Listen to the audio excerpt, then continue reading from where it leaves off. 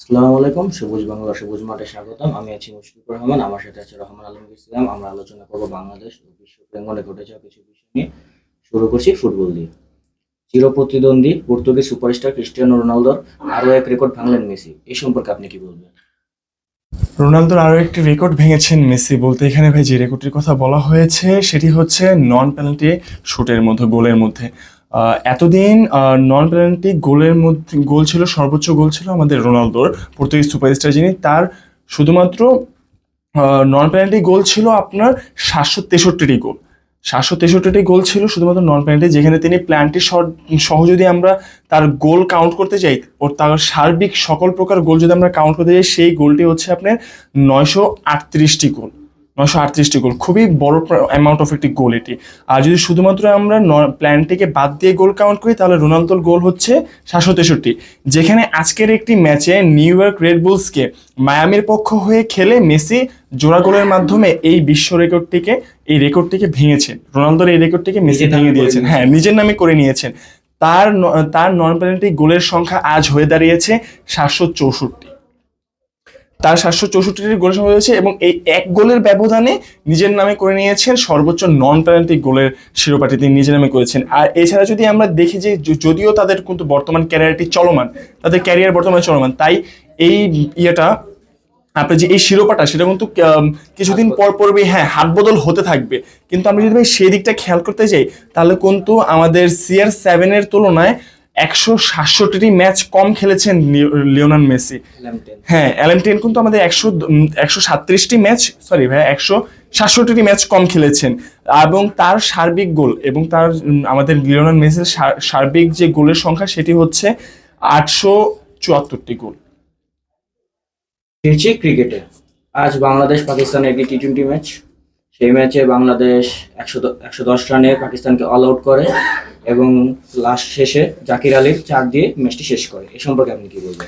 আজকের ম্যাচটা কিন্তু ভাই খুবই দুর্দান্ত একটি ম্যাচ ছিল। আমরা গতকাল এই বিষয়ে কথা বলেছিলাম যে পূর্ববর্তী যে টি-20 সিরিজটি ছিল, যেখানে খুবই বাজেভাবে আমাদের বাংলাদেশ দলটি হেরে গিয়েছিল পাকিস্তানের মাটিতে, সেখানে কিন্তু আজ আমরা গতকাল বলেও ছিলাম যে এবার কিন্তু বাংলাদেশে নিজের দেশের মাটিতে একটি, হ্যাঁ, মানে একটা বদলা নেওয়ার যে একটি বিষয় রয়েছে, সেই সম্পর্কে যদি আমরা কথা বলি, তাহলে আজকে বাঙালি সেটা করে দেখিয়েছে।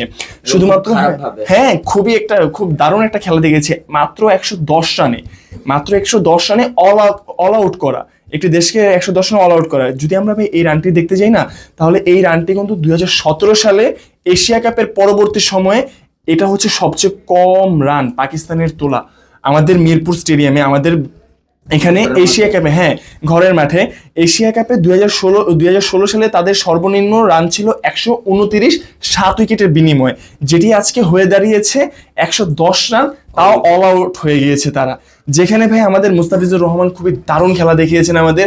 তিনি আজকে একটি রেকর্ড করেছেন ভাই, যে রেকর্ডটি হচ্ছে শুধুমাত্র 6 রানের প্রেক্ষিতে তিনি 6 রান দিয়ে 4টি ওভার করেছেন এবং 2টি উইকেট নিয়েছেন। এবং শেষ ওভারে ভাই, ইনিংসের শেষ ওভারে ফাহিম আশরাফকে আউট করেছেন তাসকিন, মিরাজের হাতে ক্যাচ দিয়ে ফেরার সময় 10 বলে 5 রান করেছিলেন তিনি। এরপর যদি ভাই আমরা দেখতে চাই, তাসকিনের বলে আরো আউট হয়েছেন আমাদের সালমান মির্জা। তৃতীয় বলে তাসকিন আফাস আবৃদিকে ফিরিয়েছেন। তাছাড়া তাসকিনের বলে উইকেটের পেছনে ক্যাচে ছিল লিটন। যতগুলো ক্যাচ আউট ছিল তাসকিনের বলে, প্রতিটি কিন্তু লিটনের হাতে ছিল আমাদের। আর যদি ভাই আমরা আরেকটা বিষয় দেখতে যাই, শুধুমাত্র 111 রানের একটি টার্গেট ছিল আমাদের জন্য, এবং সেই 111 রানের টার্গেট করতে নেমে যদিও একটু দুঃখের বিষয় যে আমাদের প্রথম দিকেই ওপেনার লিটন দাস এবং তামিম খুবই একটি বাজে জিনিস দেখিয়েছে। যদিও আমরা তাদের কাছ থেকে এটা আশা করিনি, হ্যাঁ, বাজে পারফরমেন্স ছিল, কিন্তু আমরা এটি আশা করিনি, কেননা তাদের খুব ভালো খেলা ছিল আমাদের, হ্যাঁ, ছিল, কিন্তু ওটা নিয়ে আমরা, হ্যাঁ, আশা করেছিল যে তারা একটা ভালো পারফরম্যান্স দিবে, ওটা আমরা নাই বলি ভাই, ওটা নিয়ে কোনো নেই। কিন্তু আমরা যদি ভাই আমাদের আজকে দারুণ যারা খেলে দেখিয়েছেন তাদের কথা বলতে যাই, ইমন এবং তৌহিদ হৃদয়, হ্যাঁ, তাদের খেলাটি ছিল খুবই দুর্দান্ত খেলা। তারা ইমন যেখানে শুধুমাত্র 39 বল খেলে 56 রান করেছেন নট আউট, এবং হৃদয় সেখানে 37 বল খেলে 36 রান করেছেন। দুর্ভাগ্যবশত তিনি তার শেষ বলটি খেলতে গিয়ে একটু গাফলতির কারণে বোল্ড হয়ে গেছে। উনি তো ইনজুর্ড ছিল প্রথম বলে, হ্যাঁ, হ্যাঁ। থার্ড বলে যা উনি উইকেটটা হয়েছে, উনি উইকেটটা থার্ড বলে হয়েছে, সেখানে আমরা বলতে পারি যে ভাই আমরা বলতে পারি যে একটু গাফলতি ছিল এখানে। উনি চাইলে খেলাটা নিজের মতো করে, হ্যাঁ না উনি যখন ইনজুর্ড হয়েছে উনি একটু চাইলে একটু সময় নিতে পারতো, একটু নিজেকে হিল করলে অত কিছুটা জি, হলেও হ্যাঁ, আশা ছিল আপনি যে উইকেটটা কথাটা নামার। বলছেন সেটাও ঠিক আছে। তবে আমরা হৃদয়কে আমরা চাচ্ছিলাম যে, আমরা আশা করছিলাম যে হৃদয় এবং ইমনের পার্টনারশিপে আমরা হয়তো বা খেলার, জয় হবে। হ্যাঁ আমি খেলা দেবো, কিন্তু শেষ পর্যন্ত আমাদের অন্য এক প্লেয়ার জাকির আলীকে নামতে হলো, এবং জাকির আলীও খুব সুন্দর পারফরমেন্স দিয়েছে ইমনের।